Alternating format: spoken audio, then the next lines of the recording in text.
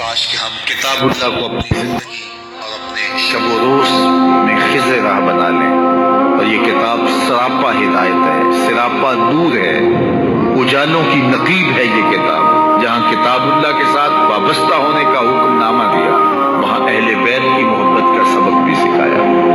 حضرت اسامہ بن زید بن حارثہ رضی اللہ تعالیٰ عنہ فرماتے ہیں، میں حضور کی خدمت میں حاضر ہوا، میں نے حاجت کہی، حضور نے حاجت پوری کر دی، لیکن میں نے ایک منظر دیکھا کہ حضور نے جس چادر کی بکل کی تھی وہ چادر اطراف سے جنبش میں ہے جس کا اندر کوئی ہو، تو مجھ سے نہ رہا گیا، میں نے پوچھ لیا، میں نے کہا حضور اس چادر کے اندر کیا ہے؟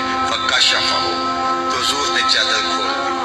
کہتے ہیں جب چادر کھولی تو میں نے دیکھا ایک پہلو سے امام حسن لپٹے ہیں، ایک پہلو سے امام حسین لپٹے ہیں۔ کہا یہ میرے بیٹے ہیں، یہ میری بیٹی کے بیٹے ہیں، اے اللہ میں ان سے پیار کرتا ہوں، تو بھی ان سے پیار کر، اور جو ان سے پیار کرے مالک اس سے بھی پیار کر۔ تو ان کی محبت کا درس دیا۔ فرمایا احب اللہ لما یغزوکم من نعمہ، اللہ سے پیار کرو کہ وہ تمہیں نعمتیں عطا کرتا ہے، اور میرے سے پیار کرو میں تمہارے رب کا بھی محبوب ہوں۔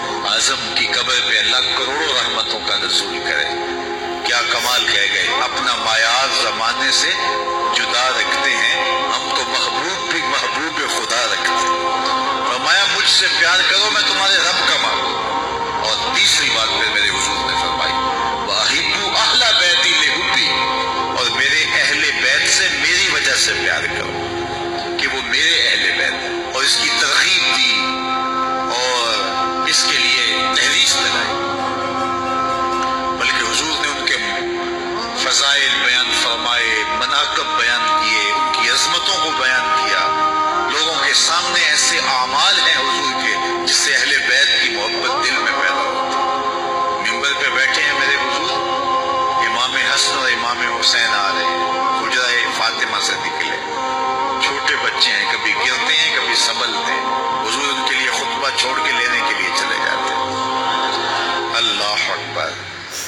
حضرت عبداللہ بن شداد کہتے ہیں کہ آقا کریم تشریف لائے تو حضور کا مبارک نواسہ حضور کے ساتھ تھا، شہزادہ ساتھ تھا۔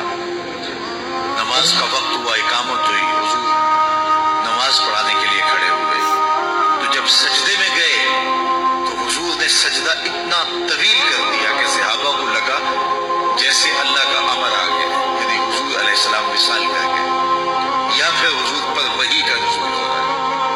سجدہ طول پکڑتا جا رہا ہے۔ حضرت شداد بن ہاد کہتے ہیں کہ میں بھی نماز میں تھا، خیر میں نے سجدے سے سر اٹھا کے دیکھا تو کیا دیکھا کہ شہزادہ حضور کی پشت پہ بیٹھا ہوا ہے۔ خیر نماز ختم ہوئی تو صحابہ نے عرض کی یا رسول اللہ ہم تو سمجھے تھے شاید اللہ کا امر آ گیا یا وحی کا نزول ہو رہا، تو آقا کریم علیہ السلام نے ارشاد فرمایا کہ یہ میری پشت پہ بیٹھا تھا۔ ان کی دل جوئی کے لیے حضور سجدے کو طول دے رہے ہیں۔ میں ایک جملہ یہاں کہنا چاہوں گا، یہ لکھا گیا نا کتابوں میں کہ نبی کا خیال آئے تو نماز ٹوٹ جاتی ہے، یہ کہنے والوں نے کہا، لکھنے والوں نے لکھا، اس پہ عقیدے بنے۔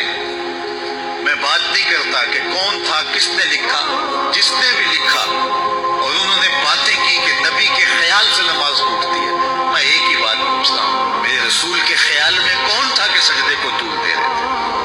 اور مجھے فتویٰ دو کہ رسول اللہ کی نماز ہوئی ہے یا نہیں ہوئی؟